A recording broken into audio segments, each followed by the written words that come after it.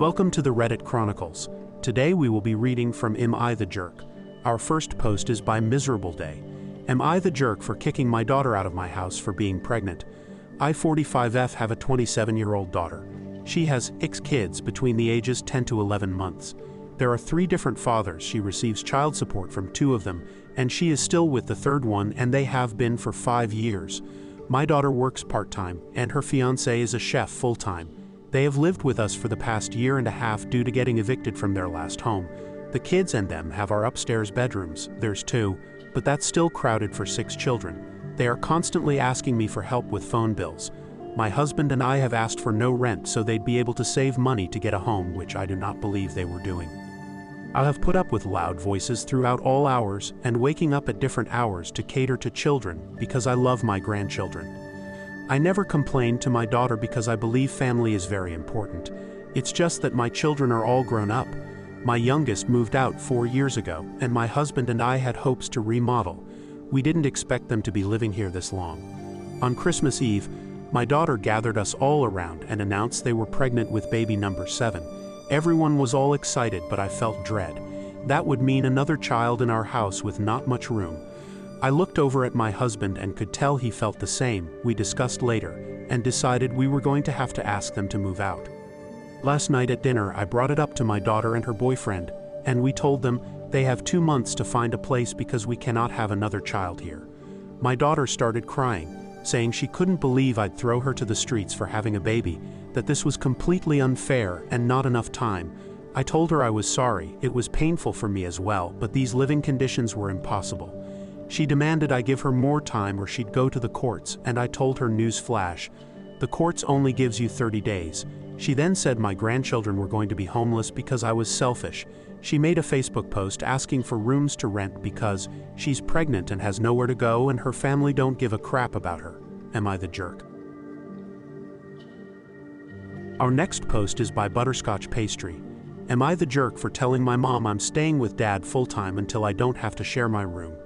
I 15F live 1 week with my dad and another with mom. They divorced 3 years ago, and my mom has been dating John for a year. John and I don't hate each other but not close. We all live in the same town as most my dad's side of the family, so other than my music lesson, I also hung out a lot with my cousins and didn't spend a lot of time around John. A month ago, John and his daughter Trisha, 11F, moved in temporarily into my house because there was a fire at theirs. My house has 2 bedrooms, so Trisha has to stay in my room. My bed is a bunk bed because I was getting a sister, but my mom miscarried. Trisha and I hung out only a few times before this, but I can say the same about her and John. I don't hate her, but she turns out to be hard to live with. She has long hair and her hair is everywhere. She talks in her sleep, and I was woken up 5 or 6 times since her stay. She also sometimes tried to speak to me when I already turned off my lamp, a sign that I was going to sleep. I talked to my mom and she said I needed to be nicer to her since she's been through a lot, that my issues were just minor inconveniences, that Trisha would be back at her own home soon in late January.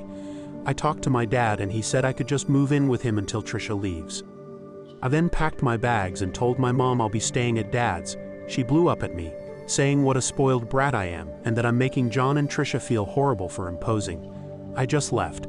It's been a week now and my mom never reached out to me. She dropped my Christmas presents at my grandma's because my dad and I would celebrate Christmas there.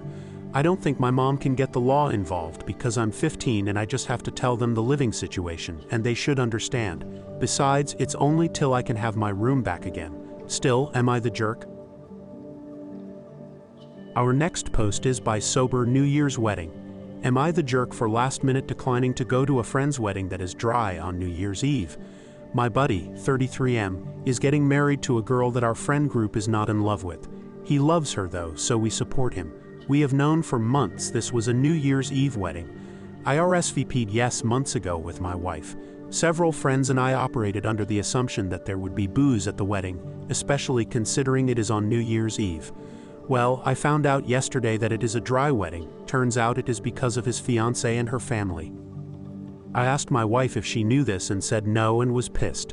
I texted the groom buddy and asked. He confirmed this. I told him this is something you should have told us a long time ago.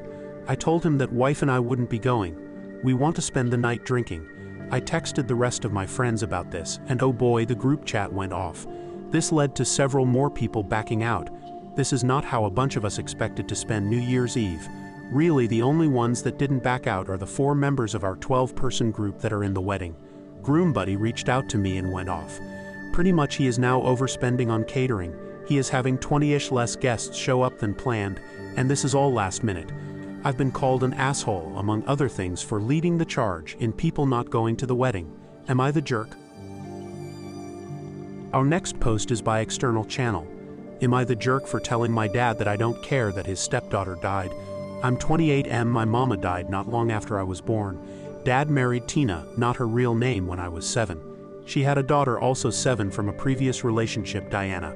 Me and Diana did not get along. Diana was spoiled, and to adult me it was obvious she resented not being the only child anymore. She took it out on me. She would break my toys and steal my stuff and lie to get me in trouble. I would complain to Dad and Tina, but they told me to get over it. If I did the same, I would get punished. It only got worse as we got older. I felt abandoned by my dad.